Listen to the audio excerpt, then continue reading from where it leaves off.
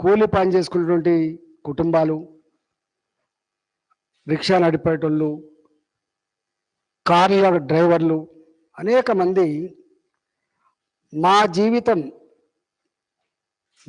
జీవితం మా కష్టాలు, మా కన్నీళ్ళు మా పిల్లలకు దారపోయకూడదని ఇప్పుడు ఉపాసం ఉండి కాయ కష్టం చేసి చదివిస్తారు పిల్లల్ని.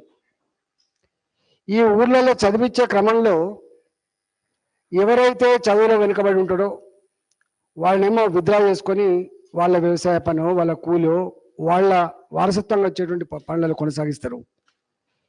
ఏ పిల్లలైతే కొంత ఇంటెలిజెంట్గా ఉండి చదువు మీద ధ్యాస ఉండి వీడు పైకి వస్తారనుకుంటారో వాళ్ళని మాత్రమే పేరెంట్స్ మంచి స్కూళ్ళకు పంపించి, మంచి కాలేజీలో పంపించి దాదాపు 18 నుంచి 20 సంవత్సరాల కాలం పాటు చదివిస్తారు. 18 నుంచి 20 సంవత్సరాల కాలం పాటు చదివిస్తారు. స్కూల్, కాలేజ్ 18 సంవత్సరాలు 20 సంవత్సరాలు అవుతారు.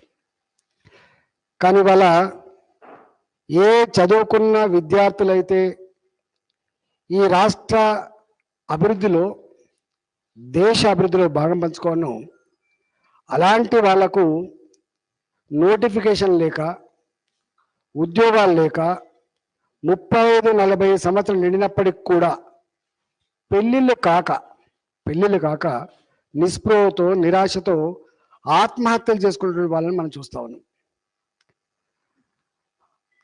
చివరికి హిందూ సాంప్రదాయం ప్రకారంగా అన్నకు పెళ్లి కాకుండా తమ్ముడికి పెళ్లి అయ్యేటువంటి ఆస్కారం ఉండకపోతుండే. కానీ చదువుకున్న అన్నకి పెళ్లి కాకముందే తల్లిదండ్రులతో ఉన్నటువంటి తమ్ముడికి మాత్రం పెళ్ళై 20 ఏళ్ళకే పెళ్ళై కూలో నాలో చేసుకొని బతికే పరిస్థితి ఉన్నది.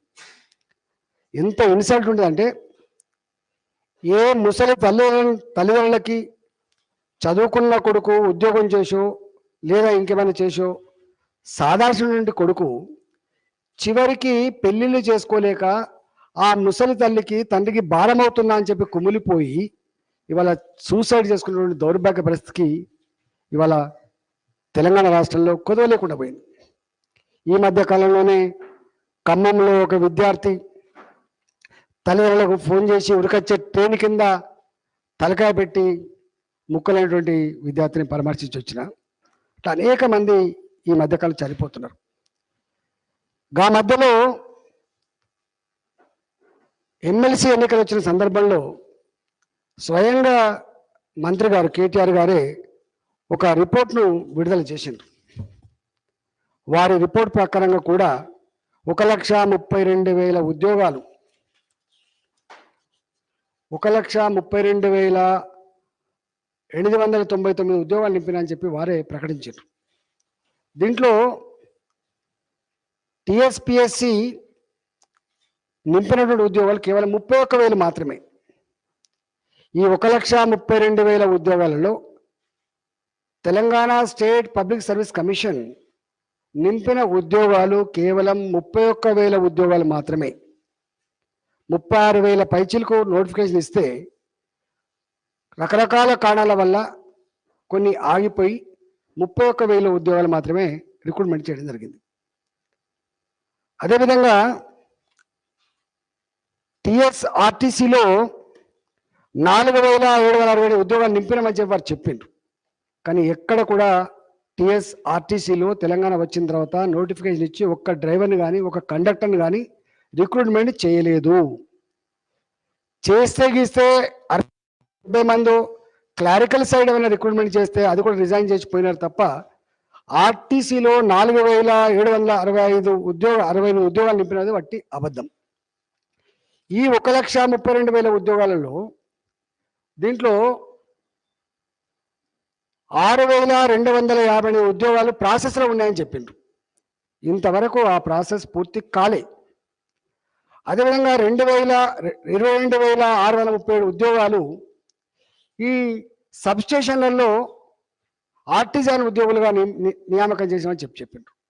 ఇది కొత్త ఉద్యోగాలు నింపింది కాదు. ఇది గతంలో ఏ సబ్స్టేషన్లలో అయితే 4 చొప్పున వాళ్ళు మెయింటెనెన్స్ కోసం పెట్టుకున్నారో వాళ్ళు ఫస్ట్ నేను కొత్త ఎమ్మెల్యే అయినప్పుడు వాళ్ళ జీతభత్యం 2,400 రూపాయలు ఉండే.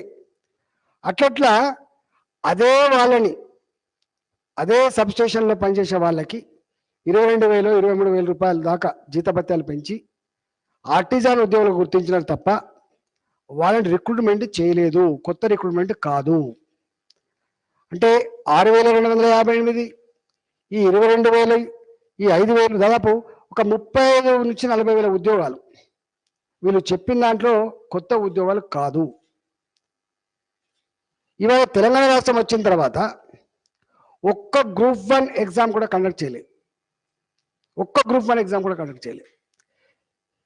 ఇవాళ టీచర్ రిక్రూట్మెంట్ కావచ్చు, పీఈటీల రిక్రూట్మెంట్ కావచ్చు, తెలుగు పండిట్ల రిక్రూట్మెంట్ కావచ్చు, హిందీ పండిట్ రిక్రూట్మెంట్ కావచ్చు, ఎక్కడ కూడా లేవు. కేవలం వచ్చిన గురుకులాల్లో కావచ్చు, అనేక బీసీ రెసిడెన్షియల్ స్కూల్స్ వచ్చినాయి, అనేక ఎస్సీ రెసిడెన్షియల్ స్కూల్స్ వచ్చినాయి, ఎస్టీల కోసం వచ్చినాయి. కేవలం వాళ్ళకి గెస్ట్ ఫ్యాకల్టీ పేరిట ఇవాళ పర్మనెంట్ ఉద్యోగి 50,000 రూపాయలు ఇస్తే టీచర్కి వీళ్ళకి 14,000, 14,500 రూపాయలు 3 నెలలకోసారి 4 నెలలకోసారి ఇట్లా పడేసు తప్ప ఎక్కడ లేదు. అంటే ఎంత దారుణం అంటే ప్రైవేటు సంస్థలు శ్రమ దోపిడీ చేస్తాయని చెప్పి మాట్లాడిన ముఖ్యమంత్రి గారు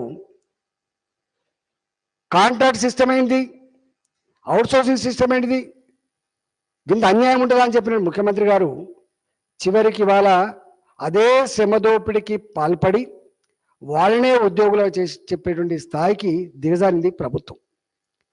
ఈ ముఖ్యమంత్రి గారికి ఇవాళ స్వయంగా కేటీఆర్ అన్నారు, ఎమ్మెల్సీ ఎన్నికల సందర్భంలో వెంటనే 50,000 ఉద్యోగాల భర్తీకి నోటిఫికేషన్ సిద్ధంగా ఉంది అని వారు ప్రకటించి 2020 అనుకుంటే నాకు తెలిసి ఇవాళ 2022కి వచ్చినాం, ఒక్క నోటిఫికేషన్ కూడా రాలే.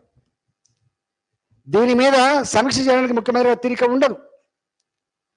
దీని మీద పట్టించుకొని సమస్యను అడ్రస్ చేయనటువంటి సోయి ముఖ్యమంత్రి గారికి ఉండదు. రాజకీయాలు మాత్రం చేసుకోవాలి. రాష్ట్ర ప్రయోజనాన్ని, రాష్ట్ర ప్రజల అవసరాలని, రాష్ట్ర నిరుద్యోగుల ఆత్మహత్యల గురించి పట్టింపు ఉండదు, కానీ ఇది మాత్రం చేస్తారు.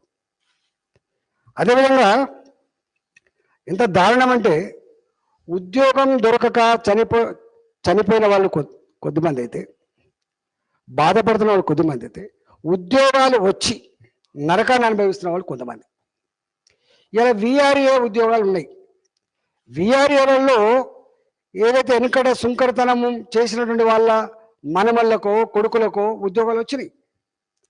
వాళ్ళకు స్కేల్ ఇస్తా అని చెప్పిన ముఖ్యమంత్రి గారు, ఇవాల్టి కూడా స్కేల్ లేదు. దాదాపు 17-18 వేల మంది అట్లా వచ్చిన ఉద్యోగులకి ఈనాటికి కూడా 10,500 రూపాయలే తప్ప వాళ్ళ స్కేల్ ప్రకారంగా 16,500 రూపాయలు ఇప్పటికీ ఇవ్వలేదు.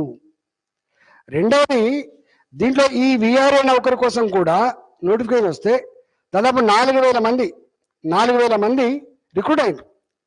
ఆ వీఆర్ఏ ఉద్యోగాలలో కూడా ఇంజనీర్లుగా పీజీ చదివిన పిల్లలు పాపం ప్రమోషన్ రాకపోతాయా, మంచి సెటిల్ కాకపోతావా, ఏదో ఒక అని చెప్పి వాళ్ళు రిక్రూట్ అయిన వాళ్ళు కూడా. వీఆర్ఏలలో కూడా అందరూ సుంకరి నౌకర్ నుంచి వచ్చిన వాళ్ళు కాదు, వారసత్వంగా వచ్చిన వాళ్ళు కాదు. వీఆర్ఏలలో కూడా అనేక మంది పీజీలు ఇంజనీర్లు చదువుకొని వాళ్ళు రిక్రూట్ అయిన వాళ్ళు. ఇవాళకి వాళ్ళకు అతిగతి లేదు. రెండవది, వాళ్ళకు అసలు ప్రమోషన్ ఛానల్ లేదు. వాళ్ళ పైన ఉన్న వీఆర్ఓల వ్యవస్థ ఇవాళ 2 ఏళ్ళు అవుతుంది.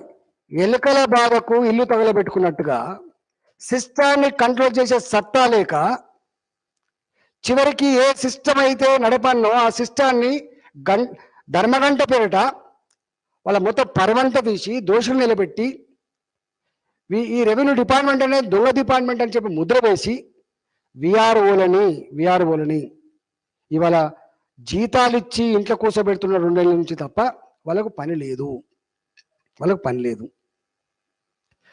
గ్రామ స్థాయిలో డెవలప్మెంట్ లేకుండా రాష్ట్రం బాగుపడదని,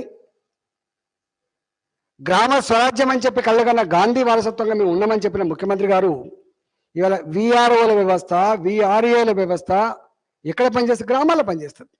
వాళ్ళు దాన్ని ఛిద్రం చేసి పడేసిండు. అంటే ఈ ప్రభుత్వ ఫలాలు ప్రజలకు ఏదైతే అందాన్నో ఆ వ్యవస్థను డీలింగ్ చేసి ప్రజలకు వేధింపులకు గురి చేసే ప్రయత్నం చేస్తున్నది ఈ ప్రభుత్వం. గ్రామ కార్యదర్శులు అని చెప్పి పెట్టిండ్రు. గ్రామ కార్యదర్శులు పెడితే కూడా రిక్రూట్మెంట్ చేస్తే అందులో కూడా మంచి చదువుకున్న పిల్లలు వచ్చారు, డైనమిక్ పిల్లలు, బ్రహ్మాండమైన పిల్లలు వచ్చారు. ఇప్పటి వరకు వాళ్ళకి ఏం చెప్పిండ్రు? గ్రామ కార్యదర్శులకి మీకు ప్రొహిబిషన్ పీరియడ్ ఉంటుంది అని చెప్పి 2 ఏళ్ళు అన్నారు, 3 ఏళ్ళు అన్నారు, ఇప్పుడు 4 ఏళ్ళు అంటున్నారు. గ్రామ కార్యదర్శులు కూడా ఆ వర్క్ భారం భరించలేక సూసైడ్ చేసుకున్న సందర్భాలు మనం చూస్తాను. మీరే పేపర్లు రాస్తాను, టీవీలో చూపిస్తాను.